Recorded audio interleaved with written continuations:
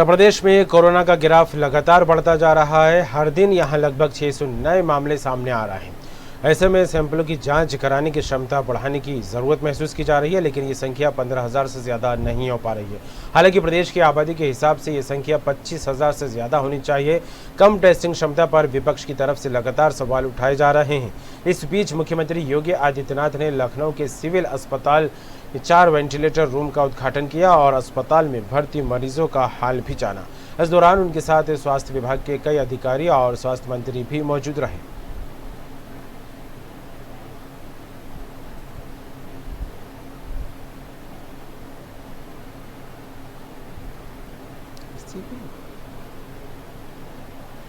और इस खबर पर बात करेंगे, सीधे चलेंगे लखनऊ से। हमारे साथ लाइव जुड़ गए हैं स्टेट एडिटर आरसी भट्ट साहब। भट्ट साहब, उत्तर प्रदेश में कोरोना संक्रमितों का जो आंकड़ा है लगातार बढ़ता दिखाई दे रहा है और ऐसे में जिस तरह के स्वास्थ्य सुविधाएं सुधारने के दावे किए जा रहे थे, कहीं ना कहीं ऊपर सवाल या निशान भी लगते दिखाई दे रहा है। विपक्ष भी इसको लेकर हमलावर है। हालांकि जिस तरह देखा जाए टेस्टिंग क्षमता बढ़ाने की बात की गई थी, लेकिन वो आंकड़ा अभी तक उस तक नहीं पहुंच पाया, वो लक्ष्य पूरा नहीं हो पाया। क्या अपडेट इन खबरों को लेकर? कमर, जिस तरह से उत्तर प्रदेश में 600 मरीज की आंकड़ा लगातार उत्तर प्रदेश में मिल रहा है, वह एक चिंता का विषय है, क्योंकि जिस तरह से कोविड-19 के मरीजों का आंकड़ा लगातार बढ़ते क्रम में है, यह सरकार के पेशानी पे एक बल डाल रहा है। और सरकार लगातार ये दावे कर रही है कि वो संसाधन बढ़ाने का काम कर रही है, लेकिन उसके बाद भी जिस तरह से जांचों पर सवाल उठाए जा रहे हैं, लगभग उत्तर प्रदेश में 15,000 से जांचें अभी तक हो रही हैं हर रोज, लेकिन सरकार लगातार ये कह रही है कि ये जांचों को आगे बढ़ाना है। उत्तर प्रदेश में तकरीबन 32 लैब काम कर रहे हैं। उन 32 लैबों के माध्यम से कहीं ना कहीं जो जांचों का आंकड़ा है, खासतौर पर वो आंकड़ा बढ़ नहीं पा रहा है। यानी कि निश्चित रूप से सरकार का जो संसाधन है वो अभी कहीं कमजोर है। और जिस तरह से लगातार सरकार ये दावे कर रही है कि हम इन जांचों को आगे और बढ़ाएंगे, लेकिन कुल मिलाकर 15,000 जांचें हर रोज हो पा रही हैं। यानी कि 15,000 से 20,000 या 25,000 नहीं हो पाएंगे। जबकि कल मुख्यमंत्री ने साफ तौर पर यह बातें कही हैं कि किसी भी सूरत में जांचों की जो संख्या है वो 25,000 की जाए, क्योंकि आबादी के हिसाब से उत्तर प्रदेश एक बड़ा प्रदेश है और निश्चित रूप से अगर जांचें ज्यादा नहीं होंगी तो निश्चित रूप से जो संदिग्ध मरीज हैं वो निकल कर नहीं आ पाएंगे। यानी कि उत्तर प्रदेश में अगर 50,000 जांचें हर रोज जब होंगी, तभी जाकर कोविड-19 के मरीजों, संदिग्ध मरीजों पर काबू पाया जा सकता है, वो आंकड़े निकाले जा सकते हैं। जी, सरकार की बिल्कुल ये कोशिश है लगातार कि जांचों की संख्या आगे बढ़ाई जाए, लेकिन जांचें आगे बढ़ नहीं पा रही। और संसाधन की अगर हम बात करें तो सरकार लगातार ये भी काम कह रही है कि हम 1.5 लाख बेड बनाएंगे, सभी जगहों पर ऑक्सीजन पाइपलाइन सिलेंडर लगाएंगे। आज खुद योगी सीएम आदित्यनाथ ने आज 4 वेंटिलेटर का उद्घाटन किया। श्यामा प्रसाद मुखर्जी की जयंती पर आज वो श्यामा प्रसाद सिविल हॉस्पिटल गए और उन्होंने 4 वेंटिलेटरों का उद्घाटन किया और वहां के मरीजों से वो मिले और उनसे बातचीत की और वहां की सुविधाओं का हाल जाना। तो लगातार ये तो रहा उत्तर प्रदेश का वर्तमान आंकड़ा, लेकिन जो आंकड़ों पर जो सियासत भी शुरू हो गई है। अभी हाल में प्रमुख सचिव मुख्यमंत्री एसपी गोयल का एक पत्र वायरल हुआ। उस पत्र में सीधे तौर पर उन्होंने जांच के आंकड़ों को लेकर प्रमुख सचिव स्वास्थ्य से नापसंद जाहिर की। उन्होंने सीधे तौर पर कहा कि जांचों का जो आंकड़ा है, जो पोर्टल पे लोड किए जा रहे हैं, वो कहीं ना कहीं भ्रामक है और वो उसमें विभिन्नता पाई जा रही है। उसी को आधार बनाकर प्रियंका गांधी वाड्रा, जो कांग्रेस की महासचिव हैं, उन्होंने सीधे तौर पर राज्य सरकार को घेरे में लिया और आगरा का उदाहरण देते हुए सीधे तौर पर कहा, उन्होंने ट्वीट किया कि 48 घंटे में लगभग 28 मरीज आगरा में अस्पतालों में जो भर्ती किए गए उनकी मृत्यु हो गई। उसको लेकर आगरा के जिलाधिकारी द्वारा उनको नोटिस दी गई है और उनको खंडन जारी करने के लिए कहा गया है। लेकिन पलटवार करते हुए प्रियंका गांधी वाड्रा ने केंद्र सरकार को 24 घंटे की नोटिस दी है और सीधे तौर पर कहा है कि आप उस पर अपना स्पष्टीकरण जारी करें। यानी कि कहीं ना कहीं जो सारा मामला है उन जांचों को लेकर है और जो एक आरोप लग रहा है सरकार के ऊपर कि आप जांचों को छुपा रहे हैं या कम से कम जो कोविड-19 के पेशेंट हैं वो आ रहे हैं, तो उसको लेकर एक बड़ा आरोप लग रहा है। और ये आरोप प्रत्यारोप का दौर भी अब शुरू हो गया। जी बिल्कुल भट्ट जी, इस तरह देखा जाए लोग कोरोना संक्रमित हो रहे हैं, आंकड़े लगातार बढ़ रहे हैं, कहीं ना कहीं नेताओं पर भी अटैक करता दिखाई देने लगा है अब कोरोना।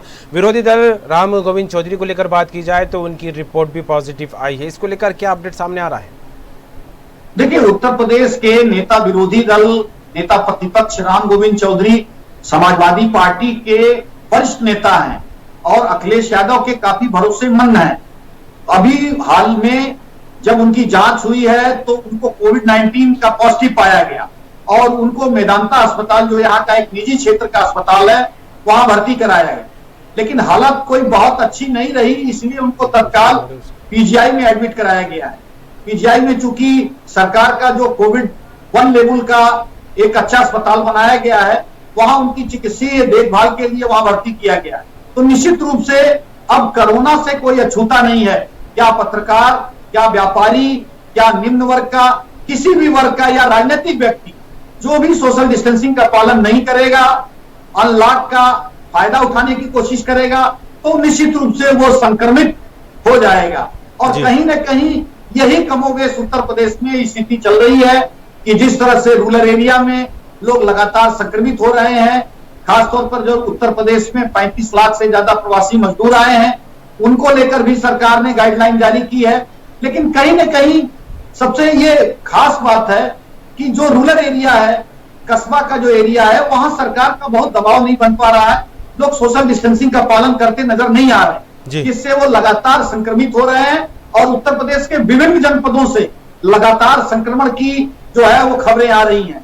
तकरीबन अगर हम कल की बातें करें तो 600 से अधिक संक्रमित मरीज उत्तर प्रदेश में मिले हैं। यह संख्या निश्चित रूप से काफी बड़ी है और धीरे धीरे जो है ये पांव पसारता ही जा रहा है। निश्चित रूप से सरकार को जल्दी ही कुछ करना पड़ेगा, अपने संसाधन को बढ़ाना, अपने टेस्ट क्षमता को बढ़ाना, अपनी टेस्ट क्षमता को कम से कम 50,000 हर रोज करना।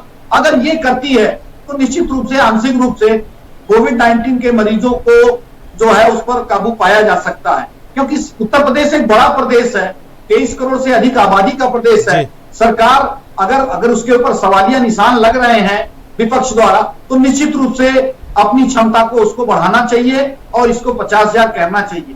मुख्यमंत्री ने कल साफ तौर पर स्वास्थ्य विभाग के अधिकारियों को एक निर्देश दिया है कि निश्चित रूप से 30 तारीख तक इसको 25,000 हर रोज कर लिया जाए, तो भी कम से कम काफी कुछ राहत कोविड-19 के मरीजों को लेकर हो जाएगी। लेकिन जिस तरह से आरोप प्रत्यारोप का दौर चल रहा है और निश्चित रूप से कहा जाए कि एक अलग दिशा में जा रहा है और इस कोविड-19 से कोई भी अछूता नहीं है। जो भी सोशल डिस्टेंसिंग का पालन नहीं करेगा, अनलॉक का फायदा उठाएगा, तो वो चाहे नेता हो, अभिनेता हो या किसी वर्ग का हो, उस निश्चित रूप से वो संक्रमित हो जाएगा। जी बिल्कुल भट्ट साहब, ये तो रही कोरोना संबंधित आंकड़ों को लेकर बात। नेता जो है पॉजिटिव पाए जा रहा है, उसको लेकर क्या कुछ रिपोर्ट आई है, उसको लेकर बात की। लेकिन कहीं ना कहीं एक मामला और है जो लगातार चर्चाओं का विषय बना हुआ है, वो है प्रियंका गांधी वाड्रा का ट्वीट, जिसमें आगरा में संक्रमित मरीज और मौत होने का जो आंकड़ा था गलत दर्शाने के ऊपर नोटिस भी जारी किया गया। भ्रम फैलाने का आरोप भी उनके ऊपर लगा है। इसको लेकर क्या कुछ खबरें सामने आ रही है? देखिए, साफ तौर पर प्रमुख सचिव मुख्यमंत्री का एक पत्र जारी होता है जिसपे उन्होंने पोर्टल पर कुछ भ्रामक मृत्यु के बारे में जानकारियां अपलोड करने की बात कही गई है। उस पत्र का सहारा लेते हुए प्रियंका गांधी ने अभी उन्होंने हालिया में एक ट्वीट किया कि आगरा में 48 घंटे में जो है वो 28 मरीजों की मौत हुई जो कोविड-19 के थे। उसको लेकर वहां के जिलाधिकारी पीएन सिंह द्वारा जो है प्रियंका गांधी वाड्रा को एक नोटिस जारी की गई कि आप द्वारा जो जानकारी दी गई है वो भ्रामक है और वो असत्य है और उस पर तत्काल आपका खंडन जारी करें। लेकिन प्रियंका गांधी ने पलटवार करते हुए उत्तर प्रदेश सरकार को कटघरे में लिया और सीधे तौर पर योगी आदित्यनाथ को 24 घंटे के अंदर उन्होंने इस पर स्पष्टीकरण देने की बात कही है और अपना मत देने की बात कही है। तो जाहिर सी बात है, लगातार ये सरकार के ऊपर आरोप लग रहा है कि वो जांचों के मामले में कहीं कमजोर है या फिर वो आंकड़े छुपा रही है, जो कोविड-19 के हैं आंकड़े वो कम दे रही है। इसको लेकर सरकार के ऊपर संदेह किया जा रहा है और वो पूरी तरह से इसी बात पर केंद्रित है और निश्चित रूप से प्रियंका गांधी ने भी यही शंका जाहिर की है कि उत्तर प्रदेश सरकारें कहीं ना कहीं अपनी आंकड़े छुपा रही। चलिए, बिल्कुल भट्ट जी, तमाम बात के लिए आपका बहुत बहुत शुक्रिया। तो लखनऊ सहित पूरे प्रदेश में कोरोना संक्रमण के मामले तेजी से बढ़ते दिखाई दे रहे हैं। उत्तर प्रदेश में सोमवार को लेकर बात की जाए तो 605 नए कोरोना पॉजिटिव पाए गए थे। इसे मिलाकर प्रदेश में अब कोरोना पीड़ितों की संख्या 18,442 हो गई है। इसके अलावा 19 की कोरोना से मौत हो चुकी है। अब तक प्रदेश में कोरोना से मरने वालों की संख्या 569 हुई है। वहीं कोरोना संक्रमण से 606 मरीज ठीक होकर घर भी लौट चुके हैं। इसके साथ ही देखा जाए तो 11,000 के पार उत्तर प्रदेश का आंकड़ा पहुंच चुका है। फिलहाल देखने वाली बात होगी कि कोरोना से संबंधित क्या कुछ अपडेट निकलकर और सामने आता है, क्या कुछ तस्वीरें सामने आती है। हालांकि सरकार की तरफ से गंभीरता से कदम भी उठाए जा रहे हैं ताकि इस कोरोना की चेन को तोड़ा जा सके। इस बुलेटिन में फिलहाल इतना ही। दीजिए इजाजत, बाकी खबरों के लिए देखते रहिए।